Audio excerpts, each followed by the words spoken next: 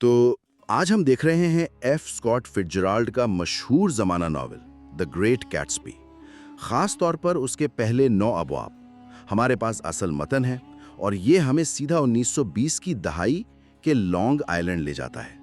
وہ چمک دمک، وہ پارٹیاں اور وہ الجھنیں، جی بالکل۔ اور ہمارا مقصد صرف کہانی کو دہرانا نہیں بلکہ اس کی گہرائی میں اترنا ہے، کرداروں کو سمجھنا، ان کے رشتے اور وہ بڑے موضوعات جو فٹزجرالڈ سامنے لاتے ہیں، دولت، محبت، امریکی خواب، یہ سب ان ابتدائی ابواب میں ہی نظر آنے لگتا ہے۔ اور نک کراوے، ہمارا راوی، وہ کیسے اس دنیا کو دیکھتا ہے، یہ بھی بہت اہم ہے۔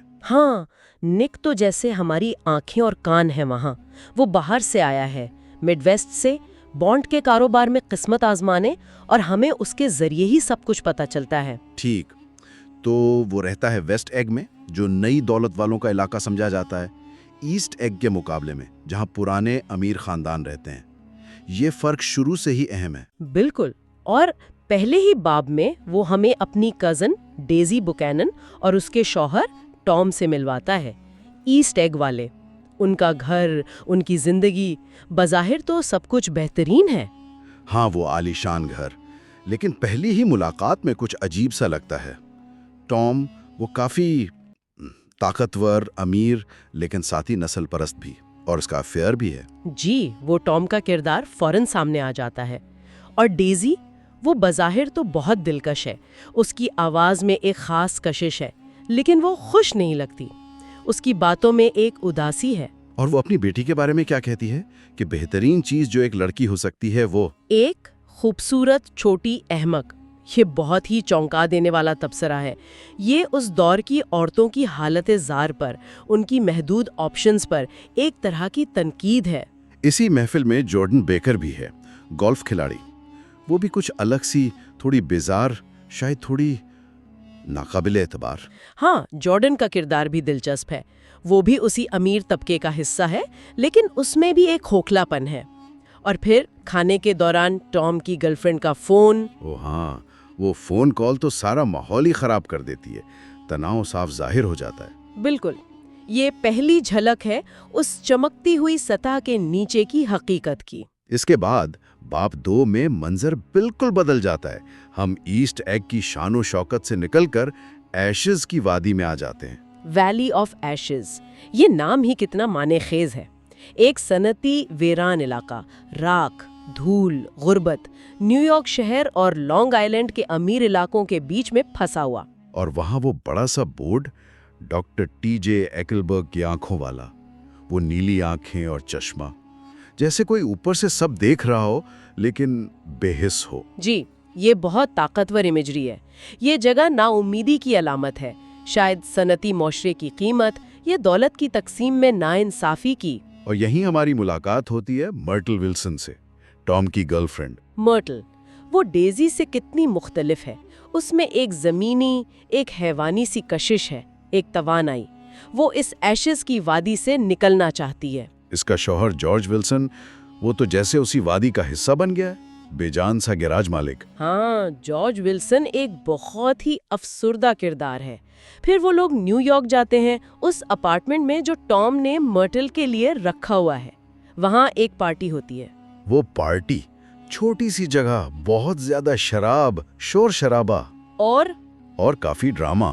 مرٹل جیسی ہی کپڑے بدلتی ہے، اس کا انداز بدل جاتا ہے۔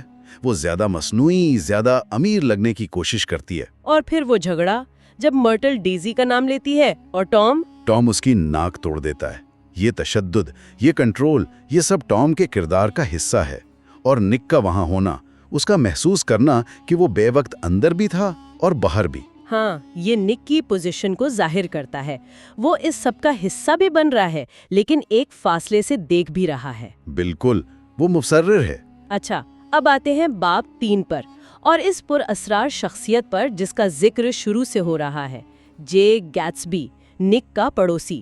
گیٹسبی، جس کے گھر پہ ہر ہفتے وہ شاندار بڑی بڑی پارٹیاں ہوتی ہیں، سینکڑوں لوگ آتے ہیں، زیادہ تر تو بن بلائے مہمان۔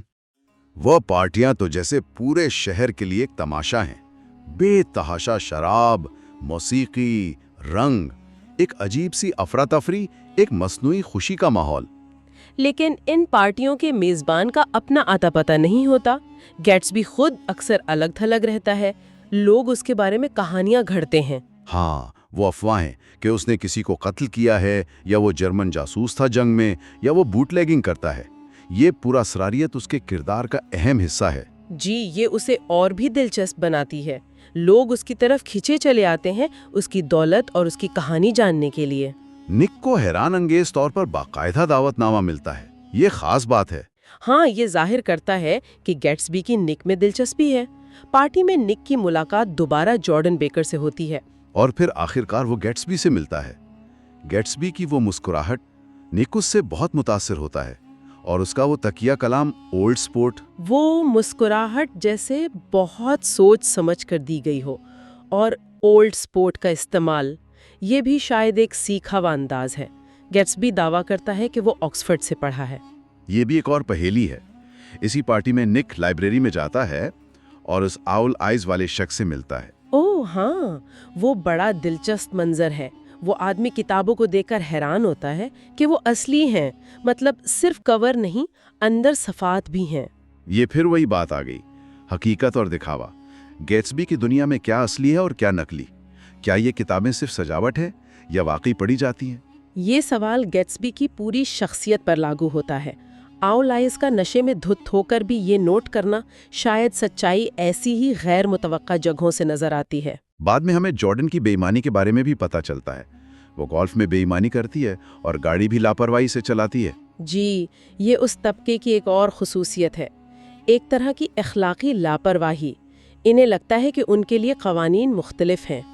باب 4 میں گیٹسبی نک کو اپنے ساتھ لنچ پر لے جاتا ہے، اور وہاں وہ اپنی زندگی کی کہانی سناتا ہے۔ وہ کہانی اتنی ڈرامائی، اتنی ناقابل یقین۔ مڈ ویسٹ کے امیر والدین جو مر گئے، آکسفورڈ کی تعلیم، جنگ میں بہادری، مونٹینیگرو کا تمغہ۔ نک کو سن کر شک ہوتا ہے، خاص طور پر جب وہ کہتا ہے کہ وہ سین فرانسسکو سے ہے اور اسے مڈ ویسٹ کا حصہ بتاتا ہے۔ یہ تو جغرافیائی غلطی ہے۔ ہاں، یہ ایک بڑا اشارہ ہے کہ کہانی میں جھول ہے، لیکن پھر گیٹسبی ثبوت پیش کرتا ہے، وہ تمغہ، آکسفورڈ کی تصویر جس میں وہ کرکٹ بیٹ پکڑے ہوئے ہیں۔ تو کیا سمجھیں؟ کیا وہ جھوٹ بول رہا ہے، یا سچ کو بڑا چڑھا کر پیش کر رہا ہے، یا شاید وہ خود اپنی بنائی ہوئی کہانی میں کھو گیا ہے؟ یہ سب ممکن ہے۔ گیٹسبی ایک ایسا کردار ہے جو اپنی شناخت خود بنانا چاہتا ہے، اور پھر اسی لنچ پر ہماری ملاقات میئر وولفشم سے ہوتی ہے۔ وولفشم، وہ تو اور بھی پراسرار ہے۔ ایک جواری جس نے مبینہ طور پر 1919 کی ورلڈ سیریز فکس کی تھی، اور اس کے کفلنگز انسانی داڑھ سے بنے ہوئے، یہ کتنا خوفناک ہے۔ یہ گیٹسبی کے پس منظر اس کی دولت کے ذرائع کے بارے میں بہت کچھ بتاتا ہے۔ یہ صاف اشارہ ہے کہ اس کے رابطے مشکوک، شاید مجرمانہ ہیں۔ تو امریکی خواب کا یہ پہلو بھی ہے، دولت کمانے کے لیے شاید تاریخ راستے بھی اپنانے پڑتے ہیں۔ بالکل، وولفشیم کا کردار گیٹسبی کی چمک دمک کے پیچھے کی حقیقت کو بے نقاب کرتا ہے۔ اچھا، پھر بعد میں جارڈن نک کو اصل کہانی بتاتی ہے، ڈیزی اور گیٹسبی کا ماضی۔ جی، یہ وہ ٹکڑا ہے جس سے ساری پہیلی جڑ جاتی ہے۔ وہ لوئی ویل میں ملے تھے جب گیٹسبی ایک نوجوان فوجی افسر تھا اور ڈیزی شہر کی سب سے مقبول لڑکی۔ ان میں محبت تھی، گہری محبت، لیکن گیٹسبی جنگ پر چلا گیا، غریب تھا، اور ڈیزی انتظار نہ کر سکی، اور اس نے امیر خاندانی ٹام بیوکینن سے شادی کر لی۔ جارڈن بتاتی ہے کہ شادی سے ایک رات پہلے ڈیزی نے بہت شراب پی تھی، اس کے ہاتھ میں گیٹسبی کا خط تھا اور وہ ٹام کا دیا ہوا موتیوں کا ہار اتار پھینکنا چاہتی تھی۔ اوہ، تو یہ بات تھی، یہ گیٹسبی کے جنون کی وجہ ہے۔ شاندار پارٹیاں کیوں دیتا تھا؟ وہ رات کو ساحل پر کھڑے ہو کر اس سبز روشنی کو کیوں دیکھتا رہتا تھا؟ وہ سبز روشنی ڈیزی کی گودی کے آخر میں چلتی تھی، یہ امید کی علامت تھی، ڈیزی کی قربت کی علامت۔ بالکل، اور اب گیٹسبی نک سے وہ مشہور درخواست کرتا ہے کہ وہ ڈیزی کو چائے پر بلائے تاکہ گیٹسبی وہاں اتفاق سے آ سکے۔ باب 5، وہ ملاقات کا دن۔ گیٹسبی بے حد نروس ہے، اس نے نک کے پورے گھر کو پھولوں سے بھر دیا ہے۔ جی، وہ بہت زیادہ بے چین ہے۔ شروع میں ملاقات بہت عجیب ہوتی ہے، گیٹسبی کا وہ گھڑی گرانے والا واقعہ۔ ہاں، وہ جیسے وقت کو قابو کرنے کی کوشش میں ناکام ہو رہا ہو۔ شاید، لیکن جب نک انہیں تھوڑی دیر کے لیے اکیلا چھوڑ کر باہر جاتا ہے اور پھر واپس آتا ہے تو ماحول بدل چکا ہوتا ہے۔ وہ دونوں ایک دوسرے میں کھوئے ہوئے لگتے ہیں۔ پھر گیٹسبی ڈیزی کو اپنا گھر دکھانے لے جاتا ہے۔ دولت کی وہ نمائش، کمرے کے بعد کمرہ، سامان، باغ، یہ سب ڈیزی کو متاثر کرنے کے لیے ہے، یہ دکھانے کے لیے کہ اب وہ اس کے قابل ہے۔ اور پھر وہ مشہور منظر آتا ہے قمیضوں والا۔ وہ قمیضیں انگلینڈ سے منگوائی ہوئی رنگ برنگی مہنگی قمیضیں۔ گیٹسبی انہیں ڈیزی پر پھینکتا ہے اور ڈیزی وہ رونے لگتی ہے۔ وہ اپنا چہرہ ان قمیضوں میں چھپا کر روتی ہے، کہتی ہے یہ مجھے اداس کرتی ہیں کیونکہ میں نے کبھی اتنی خوبصورت قمیضیں نہیں دیکھیں۔ یہ بڑا عجیب رد عمل ہے۔ وہ قمیضوں پر رو رہی ہے یا اس بات پر کہ گیٹسبی نے یہ سب اس کے لیے کیا، یا شاید اپنے کھوئے ہوئے موقع پر؟ یہ بہت گہرا لمحہ ہے۔ شاید یہ سب کچھ ہے، یہ خوشی، غم، پچھتاوا اور شاید اس بات کا احساس کہ یہ سب کتنا زیادہ ہے، کتنا غیر حقیقی ہے۔ اسی لمحے نک نوٹ کرتا ہے کہ گیٹسبی کے لیے سبز روشنی کی اہمیت ختم ہو گئی ہے، کیونکہ ڈیزی اب اس کے پاس ہے، اسی کمرے میں۔ خواب حقیقت بننے کے بہت قریب ہے۔ لیکن نک کے ذہن میں ایک سوال ابھرتا ہے، کیا یہ حقیقی ڈیزی گیٹسبی کے 5 سالہ خواب اس کی تصوراتی ڈیزی کا مقابلہ کر پائے گی؟ یہ بہت اہم سوال ہے۔ کیا حقیقت کبھی خواب جتنی خوبصورت ہو سکتی ہے؟ باب 6 میں ہمیں گیٹسبی کی اصل کہانی پتہ چلتی ہے۔ اس کا نام جیمز گیٹس تھا، نارتھ ڈیکوٹا کے غریب کسانوں کا بیٹا تھا۔ اس نے 17 سال کی عمر میں اپنا نام بدلا اور گھر چھوڑ دیا۔ پھر اس کی ملاقات ڈین کوڈی نامی کروڑپتی سے ہوئی۔ ڈین کوڈی نے اسے ایک طرح سے گود لیا، اسے امیروں کی زندگی کا ذائقہ چکھایا، اسے دنیا دکھائی۔ لیکن مرتے وقت وہ اپنی دولت گیٹسبی کے بجائے کسی اور عورت ایلا کے نام کر گیا۔ تو گیٹسبی کو وراثت میں کچھ نہیں ملا سوائے اس تعلیم کے کہ امیر کیسے بننا ہے اور کیسے رہنا ہے۔ اس نے خود کو دوبارہ ایجاد کیا۔ بالکل، یہ ہے اس کی امریکی خواب کی کہانی، خود کو بنانا۔ لیکن اسی باب میں ہم ٹام اور اس کے دوست مسٹر سلون اور ایک خاتون کو گیٹسبی کے گھر آتے دیکھتے ہیں، اور ان کا رویہ گیٹسبی کے ساتھ بہت توہین آمیز ہے۔ وہ اسے دعوت دیتے ہیں لیکن پھر اس کے بغیر ہی چلے جاتے ہیں۔ یہ پرانی دولت کا نئی دولت کے لیے تکبر ہے۔ وہ گیٹسبی کو اپنے برابر نہیں سمجھتے۔ بعد میں ٹام اور ڈیزی گیٹسبی کی ایک پارٹی میں آتے ہیں اور ڈیزی کو وہ پارٹی بالکل پسند نہیں آتی۔ ہاں، اسے وہ ماحول، وہ لوگ، خاص طور پر ویسٹ ایگ والے بے ہنگم اور بیہودہ لگتے ہیں۔ یہ گیٹسبی کے لیے بہت بڑی مایوسی ہے۔ وہ سمجھتا تھا کہ اس کی دولت ہی کافی ہوگی۔ لیکن شاید طبقاتی فرق صرف دولت سے نہیں مٹتا، اور اسی مایوسی میں وہ نک سے وہ بات کہتا ہے کہ وہ ماضی کو دوہرانا چاہتا ہے۔ وہ چاہتا ہے کہ سب کچھ ویسا ہی ہو جائے جیسا 5 سال پہلے تھا۔ وہ چاہتا ہے کہ ڈیزی ٹام سے کہے، میں نے تم سے کبھی محبت نہیں کی۔ ماضی کو دہرا نہیں سکتے، نک کہتا ہے، اور گیٹسبی جواب دیتا ہے، کیوں نہیں دہرا سکتے؟ بالکل دہرا سکتے ہیں۔ یہ اس کے جنون، اس کے وہم کی انتہا ہے۔ وہ وقت کو پیچھے موڑنا چاہتا ہے۔ اور باب 7 یہ ناول کا کلائمیکس ہے۔ گرمی کی شدت بڑھتی جا رہی ہے، جیسے کرداروں کے اندر کا طوفان باہر آ رہا ہو۔ وہ سب نیو یارک جانے کا فیصلہ کرتے ہیں، پلازا ہوٹل کا ایک کمرہ کرائے پر لیتے ہیں۔ ماحول بہت تناؤ والا ہے۔ اور وہیں ٹام اور گیٹسبی کا آمنا سامنا ہوتا ہے۔ ٹام کو اب گیٹسبی اور ڈیزی کے تعلق کا پتہ چل چکا ہے۔ گیٹسبی آخر کار ڈیزی پر زور دیتا ہے کہ وہ ٹام کو سچ بتا دے۔ وہ لمحہ آ گیا ہے جس کا گیٹسبی کو انتظار تھا۔ لیکن ڈیزی شدید دباؤ میں ہے۔ وہ کوشش کرتی ہے، وہ کہتی ہے کہ اس نے ٹام سے محبت نہیں کی، لیکن پھر وہ ٹوٹ جاتی ہے۔ وہ اعتراف کرتی ہے، اوہ تم بہت زیادہ مانگ رہے ہو، میں تم سے بھی محبت کرتی ہوں، یہ سچ ہے، لیکن میں نے اس سے بھی ایک بار محبت کی تھی۔ یہ گیٹسبی کے لیے تباہ کن ہے۔